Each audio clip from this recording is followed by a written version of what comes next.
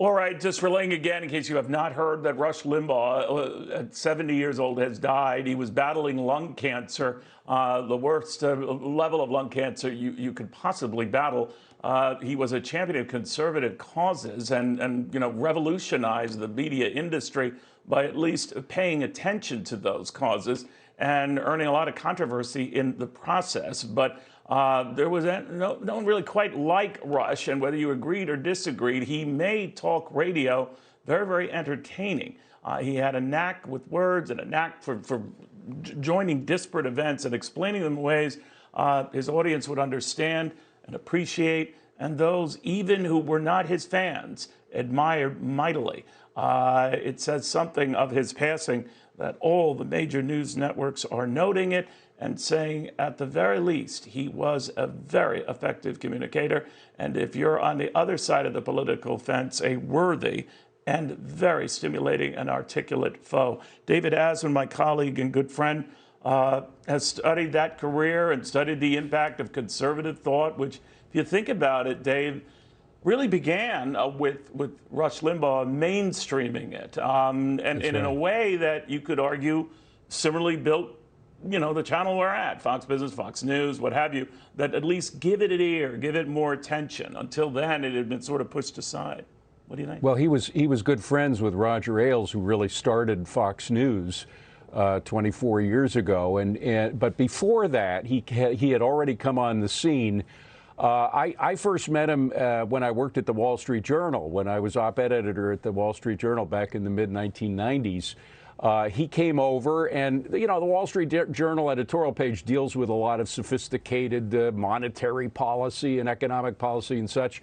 You're more likely to see Larry Kudlow on that page than you are Rush Limbaugh. But what he did was translate the very dense stuff that we were dealing with in economic policy and put it in everyday language that folks on the radio could hear when they were driving to and from work and then back at home.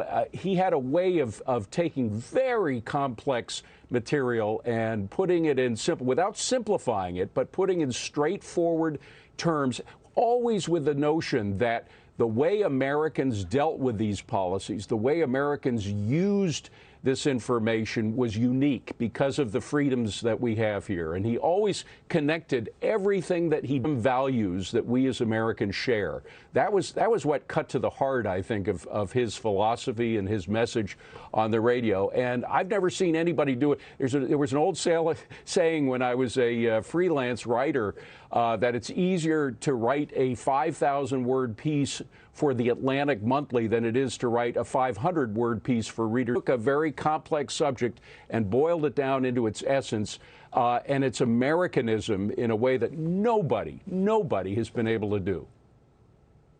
Dave, and you've dealt with your share of issues that come up in life, and very brave, and you've handled that in your family.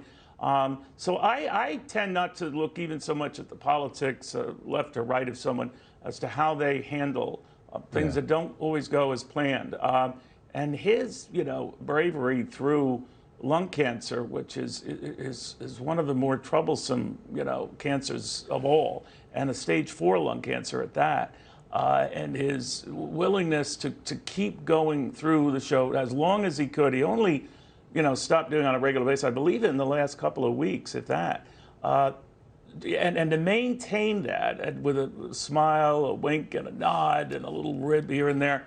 I always say we're judged a lot in life, not how we handle the things that go well, but the things that don't. And there, I think liberals and conservatives could readily agree. He was bravery in spades. How do you think of how he handled all of this? I think you just said it perfectly. And you mentioned me. I mean, you've known your share of adverse conditions and always handled it with grace and with a sense of humor. I think Rush did exactly the same. His brother David, and our sympathies go out to his entire family, to his wife. His brother David has written a number of books about these subjects, about how, why is it that if God has ultimate power, why does he force us to suffer through some of the things we do?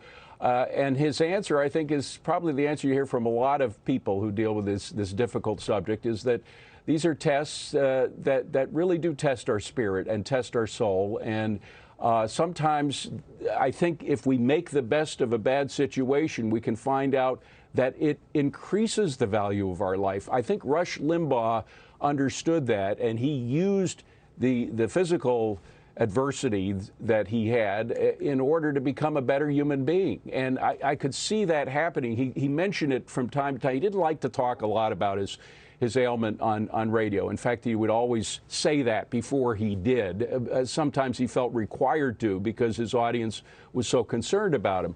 But when he did, it was quite clear that what you said, Neil, that the way to handle these things very often goes against your initial reflection of, wow, that hurts, or, gee, why did it have to happen to me? He never got into that why did it have to happen to me situation. By the way, he was obviously a heavy smoker. He smoked a lot of cigars. He used to speak glowingly about good cigars, and that was undoubtedly related to his lung cancer, because that's a spiral that if you get caught in it, drags you right down. Instead, he rose above it, and I think was a better man because of it. You know, a lot of people have talked about his closeness with Donald Trump. Didn't start out that way as an early candidate. I don't think it was instantaneous, as it wasn't for many in the conservative community, because Donald Trump was not, you know, fitting with that type. But he later on got to be one of his fiercest defenders. And I'm wondering if that was very instrumental, say what you will, of President Trump in rallying support for a lot of his causes, the tax cuts, the cut in regulation, the rally a party that was fractured, certainly now very fractured, around this notion that this is something that is in our conservative DNA, tax cuts, cutting regulations, the other stuff, not so much. And that was something that now is a gaping void. And I'm wondering how that moves beyond Rush Limbaugh now. Well, I wouldn't call it a void because of Rush Limbaugh, and he knew about his influence, and he did have extraordinary influence. And as I mentioned, I first met him 30 years ago when he came to the Wall Street Journal editorial page and was interested in finding ways of constantly trying to make it fit into his medium and with his audience. But he also reached out, you know, whenever he was on vacation or was sick and couldn't do his radio show.